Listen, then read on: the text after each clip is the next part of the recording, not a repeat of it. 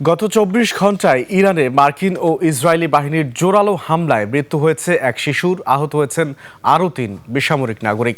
সংঘাতের প্রভাব ছড়িয়েছে প্রতিবেশী দেশগুলোতেও। আবুধাবিতে ক্ষেপণাস্ত্র হামলার ধ্বংসাবশেষে আহত হয়েছেন এক ভারতীয় নাগরিক। এদিকে মার্কিন প্রেসিডেন্ট ডোনাল্ড ট্রাম্পের সরাসরি হুমকির মুখে বিশ্ববাজারে জ্বালানি তেলের দাম প্রতি ব্যারেলে $১০০ ছাড়িয়ে গেছে। বিস্তারিত নাইম আহমেদের ডেস্ক রিপোর্টে। 5+ স্টার রেটিং প্রাপ্ত দেশের সর্বোচ্চ বিদ্যুৎ সাশ্রয়ী ওয়ালটন এসি স্মার্ট কমফোর্ট এখন নেক্সট লেভেলে। মধ্যপ্রাচ্যে যুদ্ধের উত্তেজনা চরমে। Human rights activist news agency জানিয়েছে, গত একদিনে ইরানের বিভিন্ন স্থানে হামলায় এক শিশু নিহত এবং অন্তত ৩ বেসামরিক নাগরিক গুরুতর আহত হয়েছেন। এদিকে আবুধাবির আকাশ প্রতিরক্ষা ব্যবস্থা রাজধানীর লক্ষ্য করে ছোড়া একটি ব্যালিস্টিক ক্ষেপণাস্ত্র সফলভাবে ধ্বংস করেছে। তবে এর ধ্বংসাবশেষের আঘাতে এক ভারতীয় নাগরিক আহত হয়েছেন।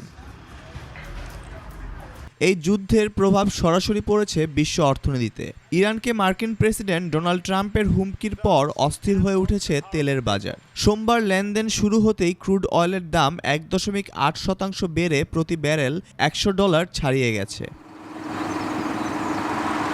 তেহরান স্পষ্ট জানিয়ে দিয়েছে, যদি যুক্তরাষ্ট্র তাদের বিদ্যুৎ কেন্দ্রে হামলা চালায় তবে তারা কৌশলগতভাবে গুরুত্বপূর্ণ হরমুজ প্রণালী সম্পূর্ণ বন্ধ করে দিবে।